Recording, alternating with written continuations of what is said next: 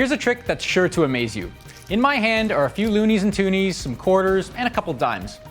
And I have the power to turn this pocket change into $1 million investment portfolio. And get this, so do you. Want to know how it's done? Well, these two savvy investors behind me are about to show us the magic behind the math that makes it possible. You're watching Inside Investing.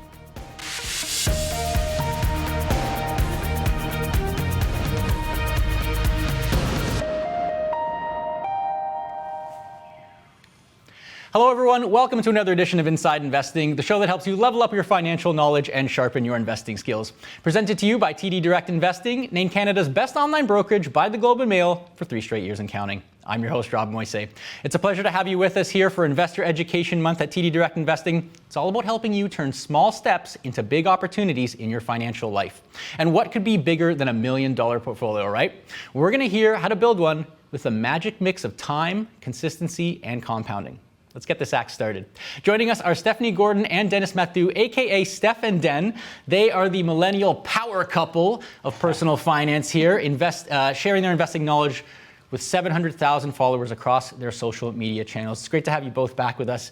Always a pleasure to have you in studio as well. Thanks for having us back. Thank you for having us. We're excited to be here. And we're talking about money magic, but I want to talk about personal magic here, okay? Because you guys just got engaged, so congratulations, We did. Fantastic news. Thank you so much. Yeah, it's been a really exciting time for us. Obviously, for anyone who's followed us for some time, it's been in the works. So, just we're living in right on time. Our life as fiancés now. That's right. You guys are finally answering the will they, won't they question that I'm sure all the fans had for so many years. And we will. But Den, you were the one who popped the question obviously here, so take us through the big moment. How did it come together? How did it come together? Well, it was a long process of, starting out with us actually going ring shopping and choosing the ring.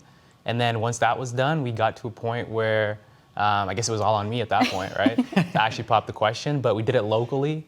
And we're so excited for this next chapter in our lives. And you did a good job. I had a lot of fun. Yes, it was a very fun surprise proposal, and we've been enjoying the last few weeks, I guess over a month now as fiancés. Yes. Okay, so you got the stamp of approval. That's the most I love that.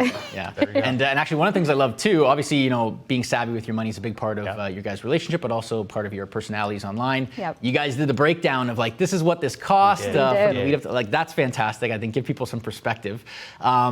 But that's not the only amazing milestone you guys have done. And we're going to be talking about the power of, compound interest and growing your money over time and stuff like that. Give us some highlights, some of the things that investing small amounts of money consistently over time have helped you guys achieve that maybe other people frankly haven't done. Yeah. It's interesting because we feel like we're in a great spot now, and it really all started with us investing, small amounts at first. And it's kind of interesting because me and Steph always love to point out that we started off with different journeys. Yeah. With her, it was her starting at age 21, investing $25 a month. Yep. With me, I started my journey with $50,000 in student loan debt. So for me to even get to the point where I started investing, that took quite a bit of time. But I don't know if you want to talk about your it's journey. fun too to see how things have changed over time, because in the moment when you're doing something, it feels like that future state is so far away. When I first started investing at 21, about to be 22, that $25 amount mark, I think it's been 7 years almost exactly, just over, and I'm now at the point where I've maxed out all my registered investment accounts. The TFSA is full, the RSP, the FHSA, those are new milestones just from this year. Started to open up a taxable investment account too, because I had to, because I'm at that stage. So it's crazy how 7 years feels like a long time when you're 21, 22, but all of a sudden at 29, it feels like no time has passed and all these milestones have been achieved. I was going to say it's cool for me because it was habit building, right? Going from paying off $50,000 in student loan debt, I went from, having to throw $1,300 a month towards my debt to then transitioning that after building that good habit of just money leaving my account to transitioning that into just me investing $1,300 a month. So, for her, it started off with a journey of $25 a month, which is a very small amount of money. Yeah. And then for me, it was, starting in the negatives and then eventually working my way to, being at a place where I've also maxed out my accounts as well, which is awesome. I mean, that's something that a lot of people don't do in their entire working life. So here you guys are in short order getting that done. Yeah. So I mean, that's incredible. Now, whether it's saving for a wedding, like I'm sure you guys have had to do, investing for retirement and all these big things, I'm sure it's sufficiently inspiring for people to know that like I can start small, absolutely, and work up to big things. So we're going to talk all about the magic behind how to make this happen here. For those in our audience, I'm sure you're going to like this conversation, and if you want to get in on it and you have some questions for Steph and Den, we're going to be taking your questions in a live Q&A later this hour. So make sure you get those questions into us. If you're watching on Webbroker, you can use the questions box. If you're using our On24 broadcast platform, there's a questions and comments box. You can check that out there. And on our YouTube live stream, you can follow the link in the description that will take you over to our broadcast platform. And that is where you can go ask your question. We're going to try to give as much time as we can to get your questions, so make sure you get them in. But I mean, just to kind of set the stage for people here, I think investing is not necessarily on the radar of a lot of young people. Frankly. I mean, you might not have a lot of money to start with, and you might be familiar with saving and thinking, hey, if I'm saving, I'm doing some good things, but make the case for making the push to invest early rather than just save money. Absolutely. I think it's unfortunate too because, well, first of all, it's a good lesson to save at the bare minimum and have that in mind, but that's kind of where it stops for a lot of people, especially when they're younger. And it's unfortunate that investing isn't on people's radar. When you actually start and intentionally go on your personal finance journey, one of the first lessons you'll probably come across and learn yourself is, oh wow, I really do need to be investing. It's not an optional thing. I need to in order to actually have a return on my money over the long term and have that for future me. Once you realize you need it, then it's like, oh, okay, I wish I did it earlier. So it's really important for younger people. Now, why is that? There's a few components to it. The first thing is when it comes to saving money. In the short term, there's a purpose for it, right? Maybe you have a purchase you know is coming up in a few months, maybe max a year, if we're talking short term. Maybe it's your emergency fund. It's fine that that money is just kind of sitting there because the goal is for it to be used in a shorter period of time. If your money's just sitting there for any longer than that, then your money is actually losing value over time. For a few reasons. The main one is the fact that everything gets more expensive over time. Every single year, prices go up. That's inflation, right? And if your money is just sitting there, not growing as much as inflation is, that's not a good thing. Hopefully, you're at least using a high interest savings account if you're saving. Maybe your rates are kind of just keeping up, but still likely not. Yeah, but you're still likely not. When you're investing, that's one of the main purposes that you're going for, is that you're getting these higher returns that push you well above the pace of inflation, and you're actually growing over time. The other component that's important to mention is you simply can't save your way to retirement, at least not for the majority of people. It's not going to happen. The amount of money you're going to have, forgetting even about the outpacing inflation, you just won't have enough to sustain yourself once you eventually retire. Retirement is an amount of money. You need to get to that amount of money, and you have to do that through investing as well. It's really important. Yeah, we've actually got a great visual up on screen here that just shows if you just save your money, hey, you started with 10 grand, I'm feeling great about myself. But look at what inflation does to it. All of a sudden, you're ending up with several $1,000s less than when you started over a 30-year period, and that does not feel good. No. But help people understand, someone who's maybe not familiar with investing, Den, maybe, what is it about investing that makes the money grow faster than just like saving it? It's really the idea of compound interest, and a really easy way to describe compound interest, if you're thinking about, let's say, just a graph of your money growing over time, this is where we really start to see what we call exponential growth over a longer period of time, which is where you see a graph that has that hockey stick, where it just really starts to uptick the longer that your money's invested. But really, when we talk about compound interest, it's essentially the interest that you earn on your money growing on top of itself. I think a really great example that we love to use is the example of a forest growing. So in the world of Steph and Den, there's two ways that you can grow a forest. So the first way, you can do it by hand, which is, I guess, tedious. So you can say, I'm gonna plant my way to growing a forest. So let's say, year one, you say, I'm gonna plant 10 trees.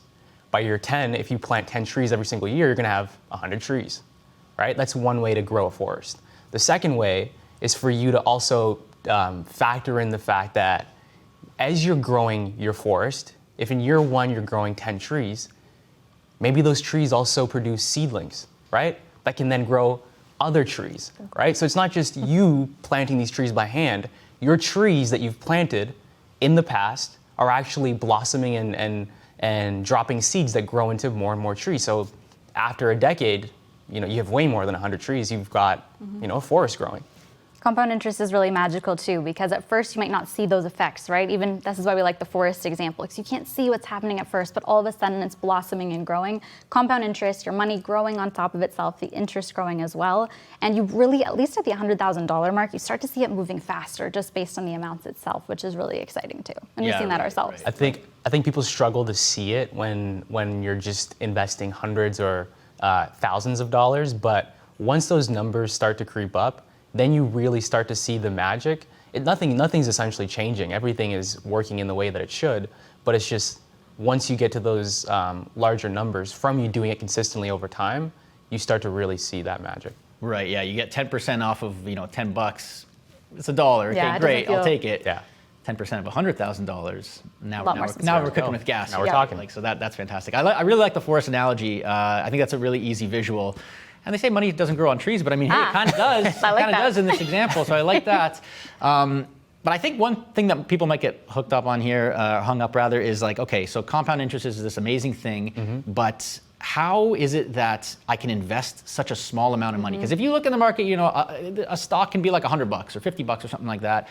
Maybe an ETF or some kind of investment fund can be a lot of money too. How can you put such little amount of money? We're talking pocket change here. Yep. How can you put that to work and actually get yourself on that hockey stick curve, like you mentioned? Very true. So I think two things are true in living in the days that we live in today. So previously, back in the old days, it used to be that there were investment minimums, right? So you typically needed $100 or in some cases $500 or more to actually get started with investing. That's virtually been eliminated now. So that's number one. The second thing is that we now have something called fractional shares, right? So instead of you having to buy a whole share, you can actually buy pieces, smaller pieces of a share.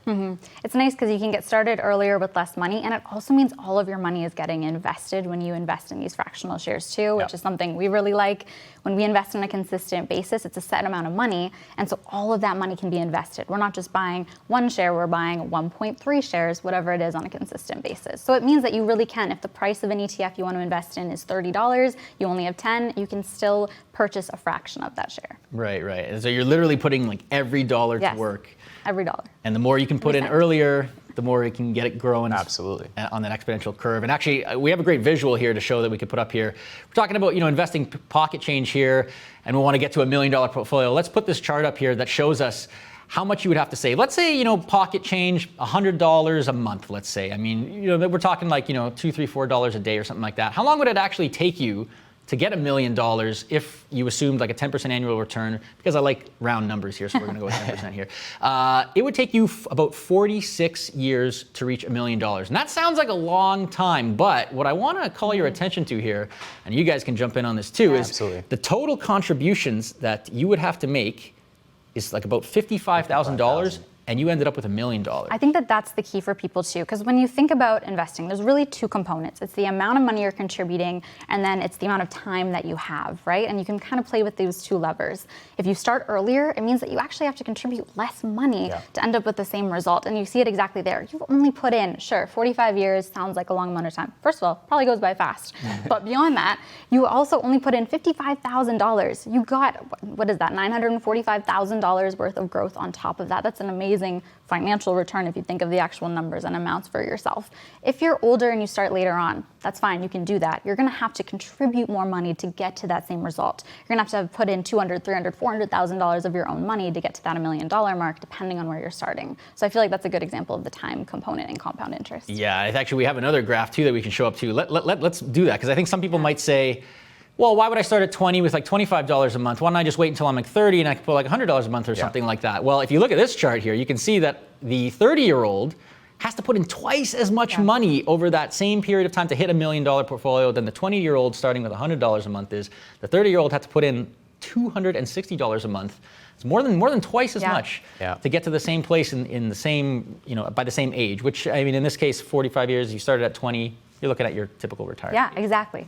Exactly. It's interesting because we hear this from people all the time, from both in our comments, from people who watch our videos, also just friends and family as well. The concept of, oh, I'll just start later when I actually have more money. What's the point right now? But you can see with that time element, there's actually a huge point. The earlier you start, and there's actually two sides and two components to that too. One is the results, right? It's the fact that you actually are going to be better off longer term by having gotten started, even with a smaller amount. The second thing is the habits that you're building. That piece, I don't think that people, Dennis actually touched on it a bit when he was paying off his student loan debt. He was building the habit of putting a set amount of money towards something that was for himself every single month. And when he just switched that seamlessly into investing as well, it's because that habit was built up. Who knows if when he started investing, if he would go for as high of an amount without already having that the system in place for himself. So when you get started earlier, even with a small amount of money, you're doing so much for yourself, again, financially, but also mentally, habit building.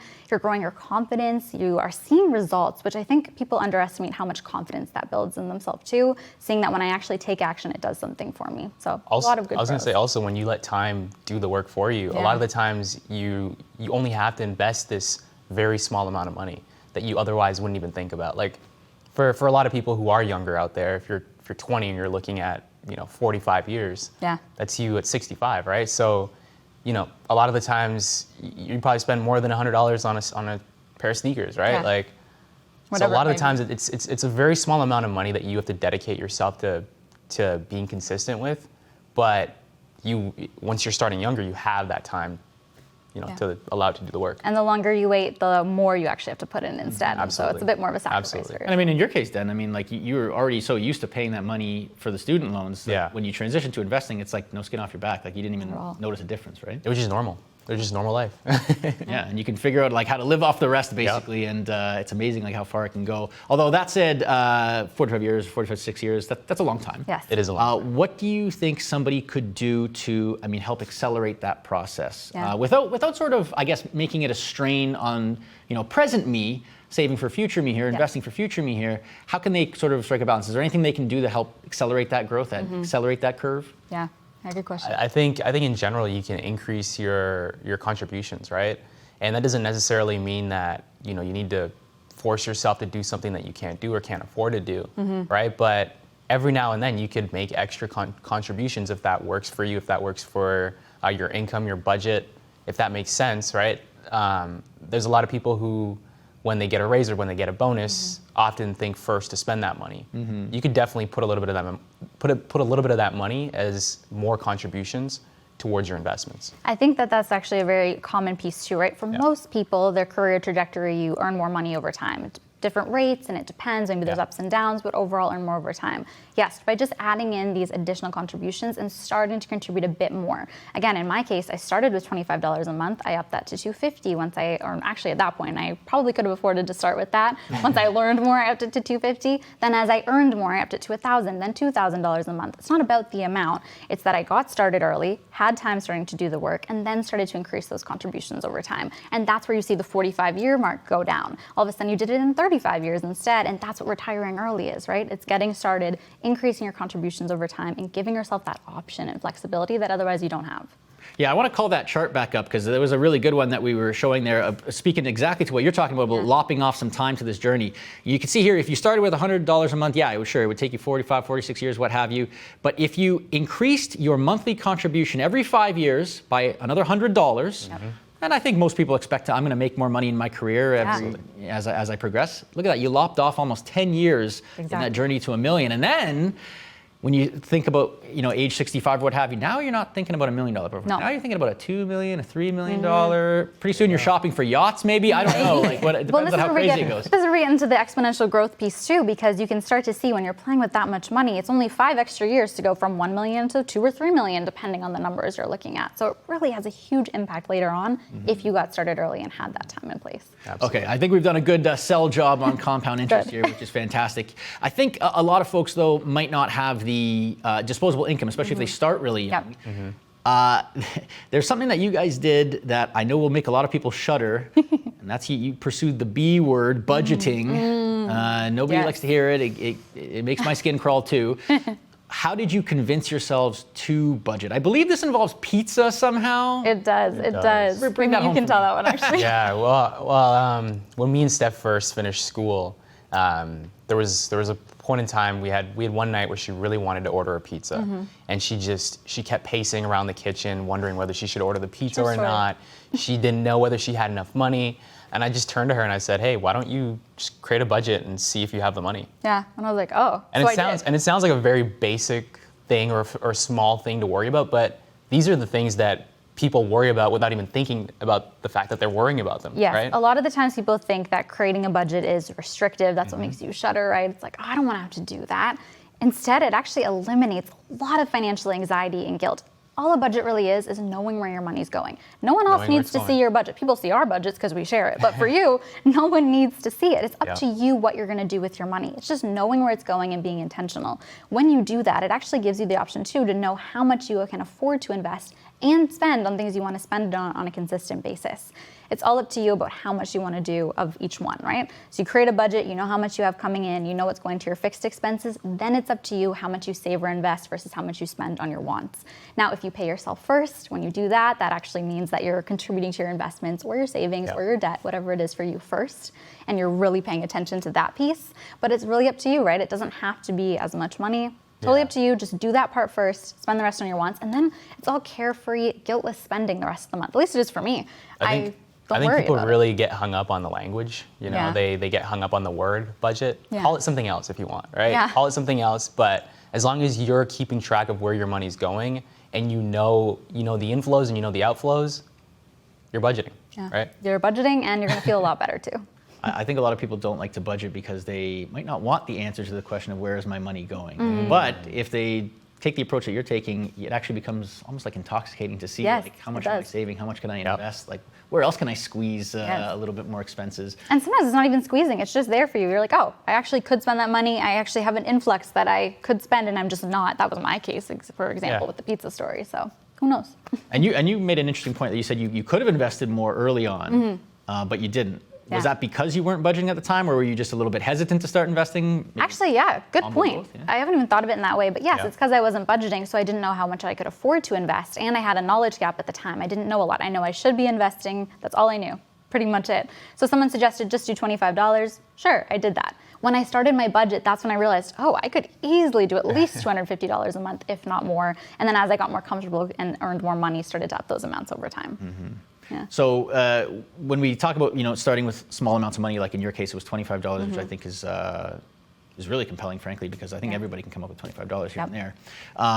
That said, $25, even with partial shares, that's not a lot of money to spread around between different investments. And is there a way that somebody could do it in a pretty easy, hands-off way that doesn't involve having to buy so many different things and manage it all? Is there something that comes to mind for you guys? How do you guys keep it simple? Absolutely. I think what's amazing in the approach that we've taken over the last several years is we've eliminated the complexity and just kept it really simple. And we're also living in a day and age where we have asset allocation ETFs, at this point in time. They're also referred to as all-in-one ETFs, where instead of you having to go out there and research all these different ETFs or all these different investments, if you're someone who wants to keep it simple, you want to invest for the long term, you want to invest in passive funds, and you want global diversification, you can literally just buy one ETF. And this is an option that's available for everyone. And for us, we fell into this too because we knew at this certain point in time, as we learned more about investing, we wanted passive index ETFs that were globally diversified. And when you invest in an asset allocation ETF, it already hits all those boxes. You can buy them. They're passive. They're an ETF made up of multiple other passive index ETFs, and they give you that global diversification. And the simple piece is you're just buying one fund with however much money it is, whether it's 25, 250, 1,000, however many shares of it you can get. You're just buying that one individual fund, and it's already diversified for you. Sometimes people do ask that question, oh, but it's one fund, it's not diversified enough. All the diversification is inside of it, which is great, keeps things simple, and still fairly low cost for you too. Yeah, and there's some examples up on screen here of just like, there's many out there, but these are just a few that you could kind of consider that just show all in this one little wrapper. You have everything together. But you mentioned passive index ETFs. What's the difference between active and passive here for somebody who's not familiar with this stuff? I think active, most people could understand is I'm picking stocks, I'm picking individual stuff really actively here. But what is a passive index? Yeah, good point. There's multiple different components to it too. At the baseline, there's the general stock market. When you invest in a passive way, you're aiming to match the market, a certain part of the market, a different component, whether that's the total US market, total Canadian market, the S&P 500, the global market. You're aiming to match its performance. And you're able to do that by investing in these index funds or index ETFs as well. Active investing could mean multiple different things, but simplest form is you're attempting to beat the market's return. The big stat that we always use and go back to is that 90% of the time, the majority of the time, and 90% is the actual figure in a lot of different research, is that passive investing outperforms active investing. That was a big trigger point in our investing journey when we learned that fact that we wanted to steer towards passive investing instead. I think when people realize, when you hear that fact and you kind of go through the trials yourself and you lose a little bit of money maybe, you kind of go back to what's tried and true, which is passive investing is the way to go for a long-term investor. Yes. But I think some people might get hung up on that idea because we're constantly being bombarded with all these headlines of like a recession this or stock market crash this, AI bubble, who knows what the du jour sort of danger or risk is. Yeah. I could see somebody saying, well, wouldn't I have to be super active and hands-on to have a chance to avoid all that nasty stuff? Like what about if I invest in some passive index and then the stock market does crash? Like, am I screwed? Like, why is it you should just hold through that stuff rather than trying to actively pick and choose? Well, historically, the market trends upwards, right? So what that looks like if you were to look at a graph of, let's say, the S&P 500, just as an example, you're going to see a lot of dips, right? You're going to see a lot of dips in the market where there's potentially a crash. But if you look over the long term, the market tends to recover. At least historically, it has. And it always trends upwards. And that's over the long term specifically. So I think that's a big piece. When you're younger, it's hard to actually conceptualize the long term part, and you're maybe going through your first or second, still you're pretty young, stock market crash, right? The thing is, you're going to, historically speaking at least, experience multiple, very many, in the course of your investing time horizon, how long you're going to be investing for. It's really understanding that fact. This is where the filling that knowledge gap is important. That again, kind of like Dennis was saying, kind of goes like this, short dips, but over the long term trends upwards. That's the biggest piece to consider here. And that's the thing, when we're looking at that trending upwards over time, that's the overall market. So that is if you're a passive investor over the long term. That's where you see those good results. When you attempt to time the market, which is what active investing is, or trying to beat the market, you're actually, I think there's a stat on this too, that you're more likely to miss out on those best days in the market when you do that. Yeah. When you try and time it, you are guessing. You're not sure, and again, maybe 10% of the time, right? If passive investing does better, 90%, 10%. Some people might beat that. Those are not great odds. I want to take the 90% odds instead. Yeah, there's a study actually I was just recently reading from Morningstar. They do an annual report on how did the average investor perform versus how did just the market perform. Yeah. And there's always like a big gap. I think the latest one was like almost 2% or 1.5% difference between what the market returned, this passive approach, and what your active. That's a big difference. Your everyday investor did, and it's because trying to jump in and out. I'm freaking out. I'm emotional. I don't want to lose money. And you lose money almost in an invisible way. You do. Trying to not lose money. Exactly. And you're right. The invisible part's actually important because you don't see it in the moment. Maybe you even feel good that you missed out on some bad day and you're back in. Yeah. In the long term, that's when you really see the results. If you really were to take two people doing these different approaches and go 30 years, that's where you'd see the difference. But unfortunately, you just have to look at the research and implement that now because it would be too late if you waited 30 years and looked backwards. And it's one thing for us to say this, but it's another thing to actually live it for people. You kind of need that firsthand experience. Like we were kids we were really young when the 2008 financial crisis happened, right? So even though you heard and saw the headlines as a younger person, you didn't live through it, right? So that's why it was interesting to actually see what happened in 2020 and actually go through that, see the market drop as much as it did, and then ultimately recover. Yeah, and of course everybody's risk tolerance is different. Like how much stomach churning ups and downs are you willing to deal with? But I think one thing that a lot of people might get hung up on too is just getting started with there's so many different investing accounts. Yeah. Like which one do I choose? I know everybody, again, it depends on what your goals are and yada, yada, yada. But in general, do you think like a young person starting out, say like a 20-year-old or something like that, like which one should they choose?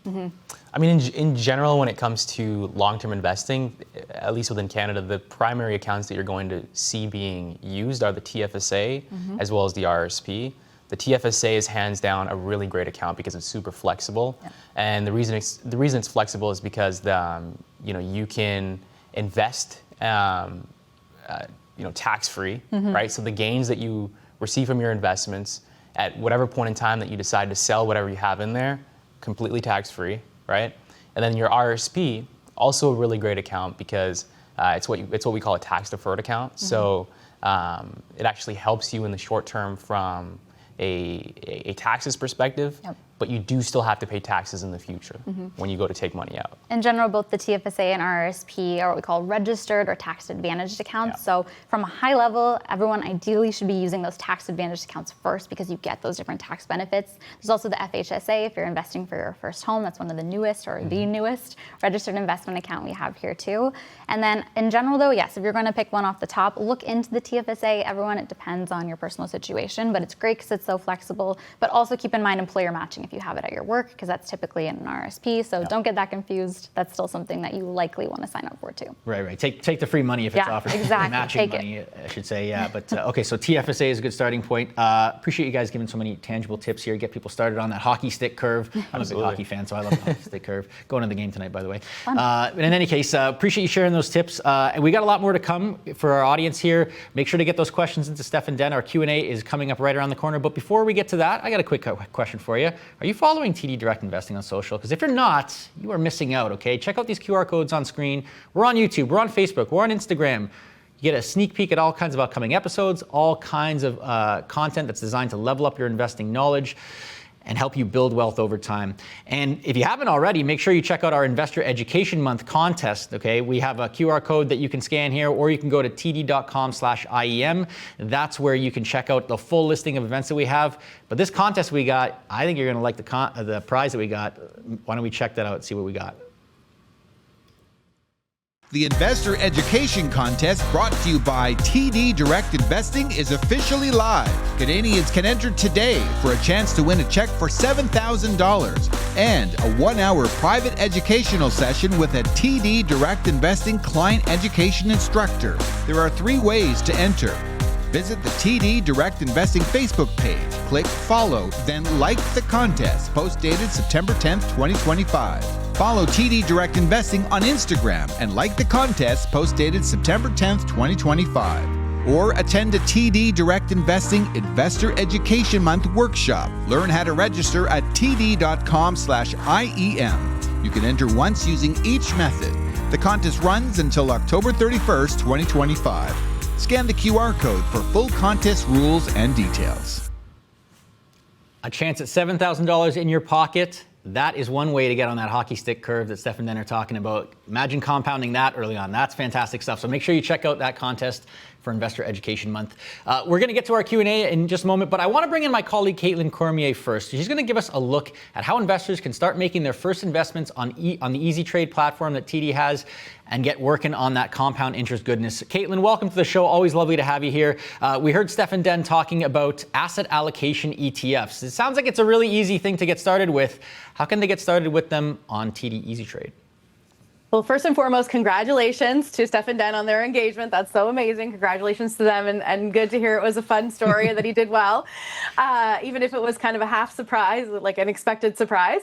But let's talk about these asset allocation ETFs. They are certainly an easy way to get invested, and TD Easy Trade, of course, it's right in the name. It's an easy way to kind of go about buying these. So let's hop in and take a peek at what it could look like to enter to kind of find these particular ETFs on the platform.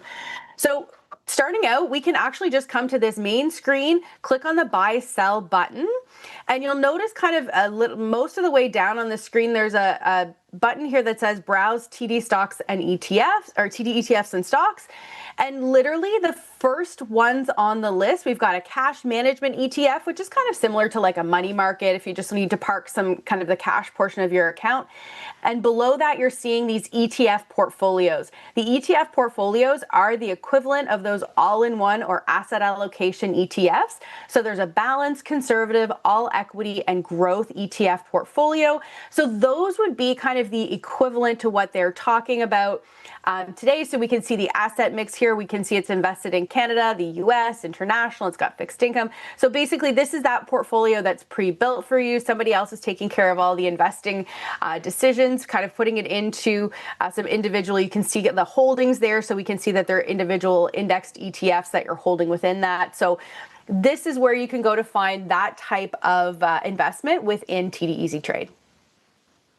That's fantastic, and I love how they're first on the list there. That makes it really easy. I don't even have to do any digging. Okay, fantastic.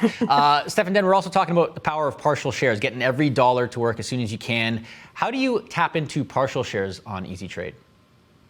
Yeah, partial shares are so vital, especially every single dollar does count when it comes to investing. And if you have, for example, $500 to put in or $100 to put in, even if you can buy more than one share, you may still have money left over, right? So let's look at, for example, this particular ETF. Let's hop back into Easy Trade and go through kind of the process of how that would look. So I'm going to click the buy button here, and it's going to bring me into an order ticket.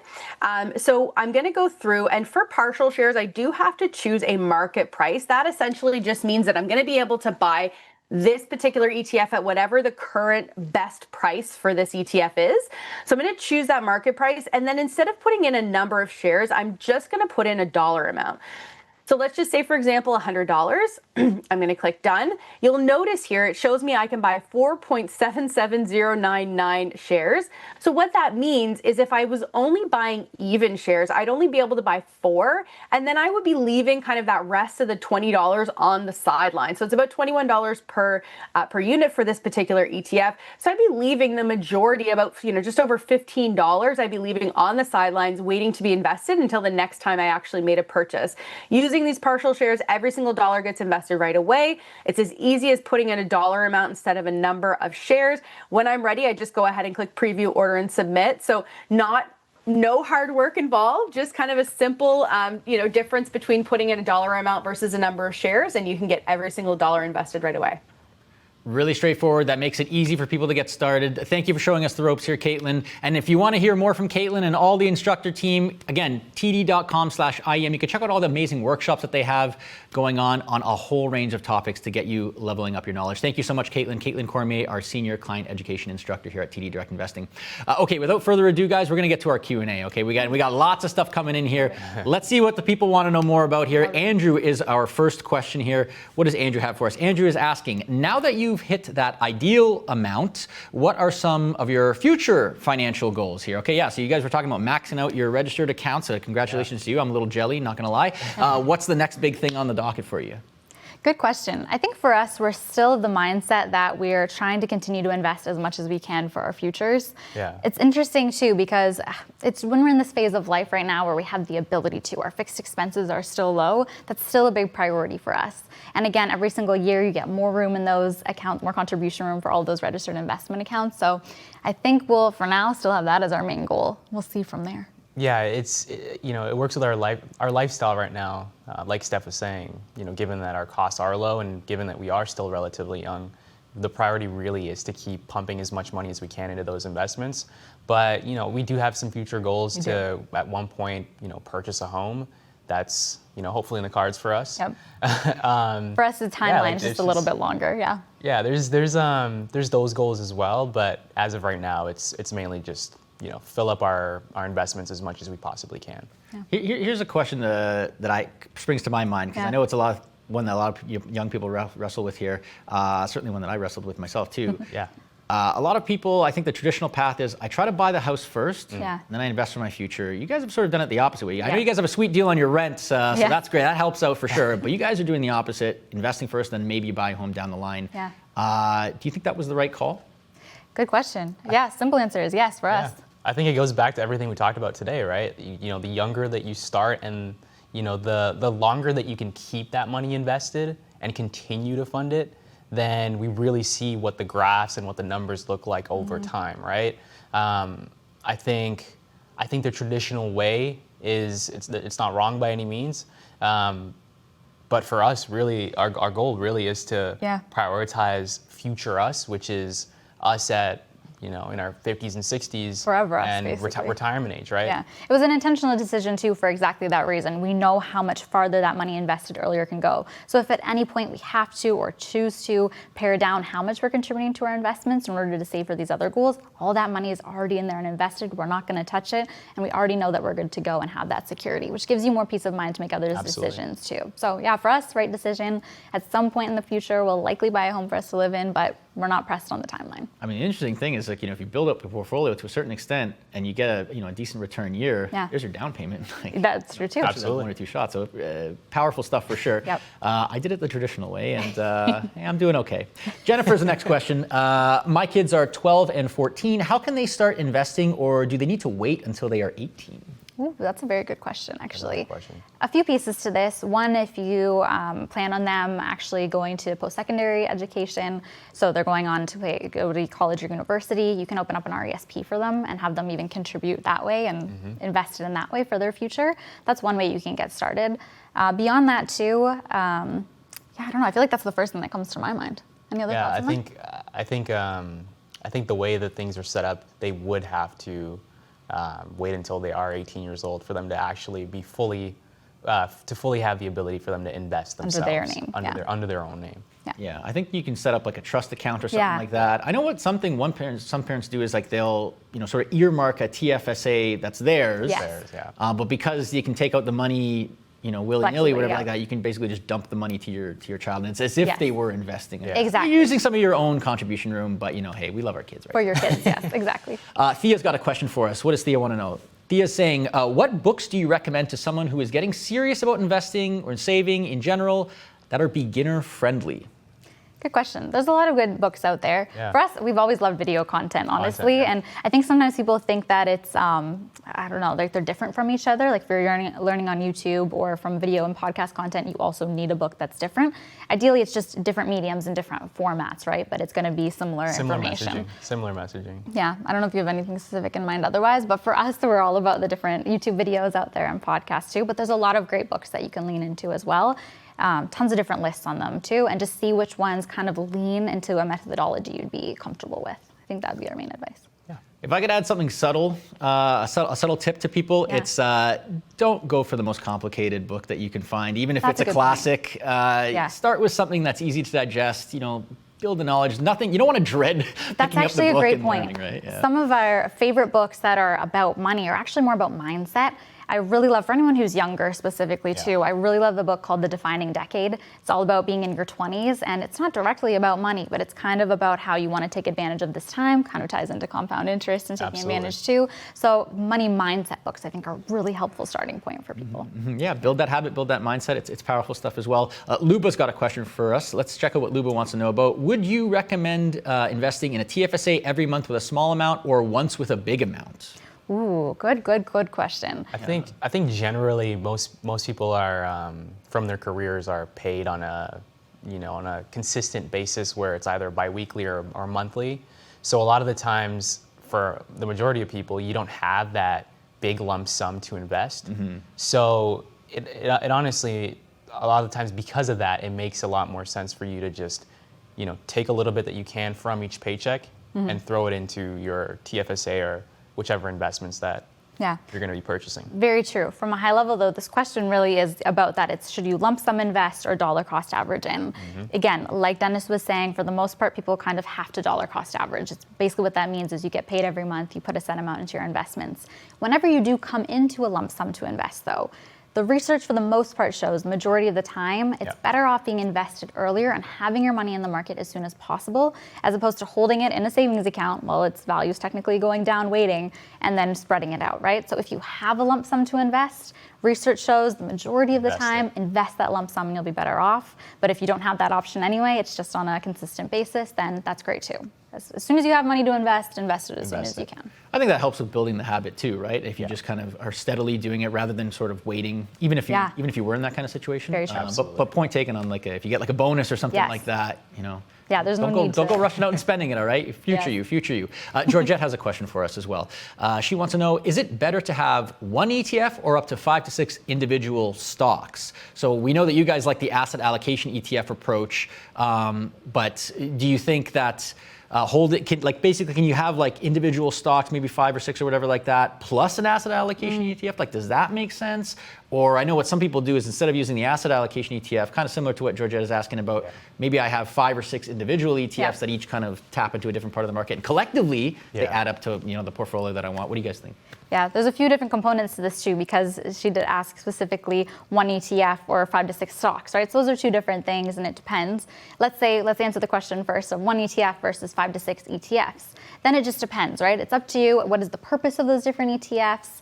Do you know what the purpose they're serving in your portfolio, or are they overlapping with each other? Different things like that. Is it that you're trying to save the cost on not purchasing this all-in-one ETF that's maybe a touch more expensive but has that simplicity? That's really where that comes into play. Just know that it's not a hard and fast rule. It's not 1 ETF or you should have 5 to 6. There's different things that you're giving or taking with each different option, basically. Now, when it comes to investing in an ETF and then having stocks on the side, that's an interesting one because that's technically how we started investing. Yeah, we started investing with what we like to call like our long-term part of our portfolio, which was these passive, globally diversified ETFs. But then our mindset was we're going to dabble with some stock picking on the side, see if we can kind of win if we can. Which isn't how we were thinking of it at the time, but that's technically what we were doing. Yeah. So over time, we kind of pared that back and realized that our money, even this small amount of money that we're putting towards these single stocks, is best served actually just being put within our, the longer term part of our portfolio, which was these globally diversified passive ETFs. And that's kind of the way that we did it. Yeah. So I think the temptation to dabble is very strong. Yeah. With a lot Extremely of strong. Really is. Very strong, especially when you're first starting out. Yeah. I mean, you're enthusiastic too. Like you want to get into it, and just sitting back and having passive investments, it can feel like I'm almost like doing nothing. In a sense, you're doing a lot, but you're kind of not actively doing something. But you're right. There's this mindset where, well, if I'm more active, that means I'm doing more. There's actually a lot that you can still be doing and learning when you just have your passive investments and you're doing that. We're constantly learning new things and different elements too that really are helping our financial journey. So there's still a lot that you can do and be involved in. It's just not hurting your long-term future results, right, in the process. It's closing that knowledge gap over time.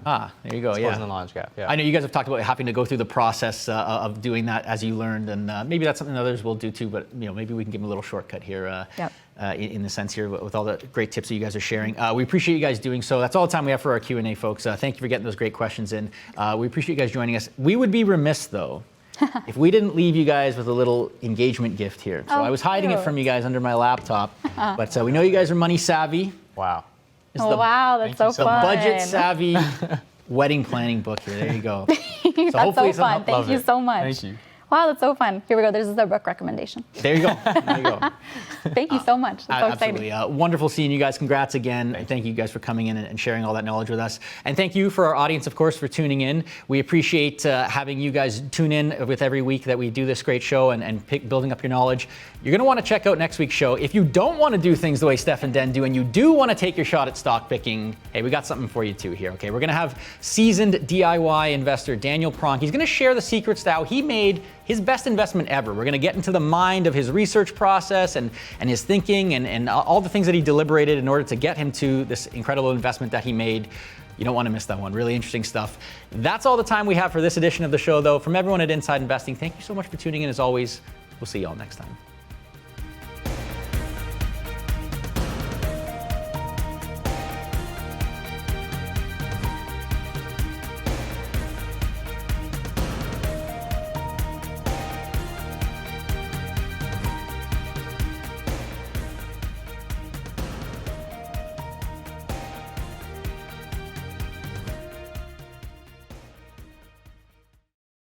Have more questions? Check out the links to the right and in the description below.